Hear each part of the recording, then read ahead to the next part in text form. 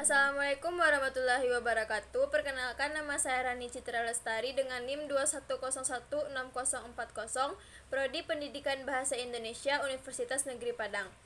Nah, di video kali ini saya akan membahas salah satu materi perkuliahan, yaitu keterampilan berbicara dalam bentuk menyiarkan berita. Langsung saja kita masuk pada materinya. Yang pertama itu pengertian dari berita. Berita merupakan hal yang sangat penting dalam kehidupan di zaman sekarang ini, karena hampir setiap hari kita mendapatkan berita-berita.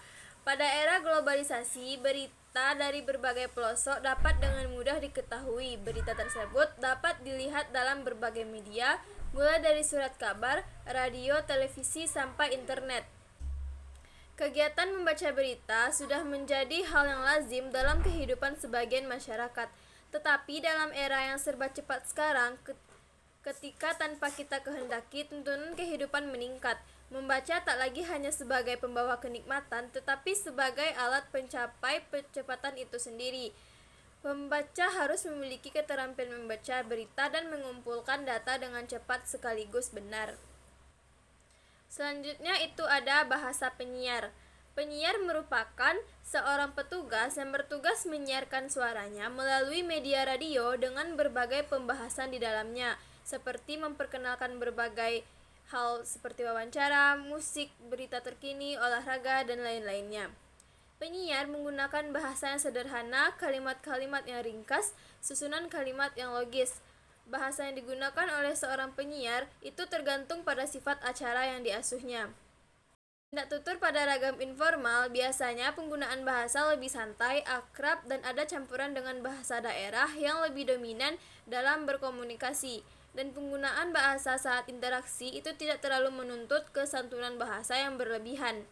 Ada pula penyiar yang diwajibkan untuk menggunakan bahasa formal ketika menyiar dalam acara tertentu. Penyiar harus menggunakan bahasa formal dalam menyampaikan hal-hal yang bersifat resmi. Materi selanjutnya itu ada langkah-langkah membaca berita. Seperti yang sudah saya jelaskan tadi, berita merupakan peristiwa atau kejadian yang benar-benar terjadi atau yang sedang hangat diperbincangkan. Biasanya dimuat di koran, radio, televisi, ataupun internet. Nah, langkah-langkah dalam membaca berita itu ada sebagai berikut. Yang pertama itu adalah intonasi. Dalam membaca berita, usahakan intonasi harus stabil naik turunnya.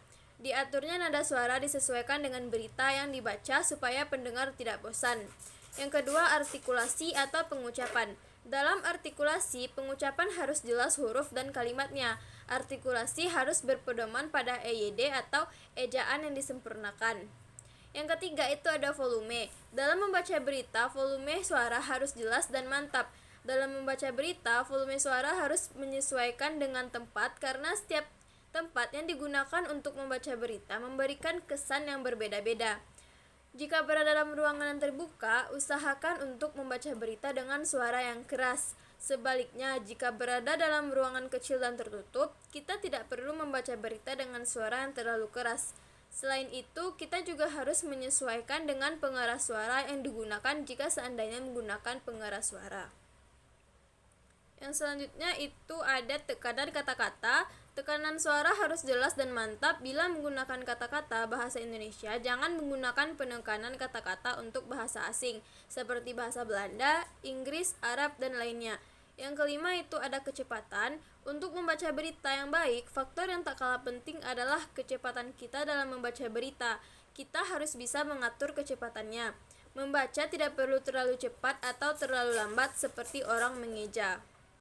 Materi yang terakhir itu adalah naskah berita. Sebelumnya, pengertian dari naskah berita adalah laporan berisi informasi yang aktual, terkini, dan berdasarkan fakta. Dalam naskah berita ini juga berisi informasi yang penting, layak, ataupun ingin diketahui oleh masyarakat umum. Nah, struktur dari naskah berita ini, yang pertama itu ada judul berita. Judul sangat penting dalam suatu berita karena berperan sebagai pemikat pembaca untuk membaca isi dari teks berita. Yang kedua ada kepala berita, memiliki lingkup bahasan yang lebih besar. Ada banyak informasi yang disajikan di bagian ini. Informasi penting dalam berita memuat unsur apa, di mana, kapan, dan siapa. Yang ketiga itu ada tubuh berita, berisi penjelasan atau informasi yang disampaikan pada bagian kepala berita. Yang keempat, yang terakhir, yaitu ada ekor berita atau mencantumkan informasi yang bersifat tambahan. Selanjutnya, yang terakhir itu adalah ciri-ciri dari naskah berita.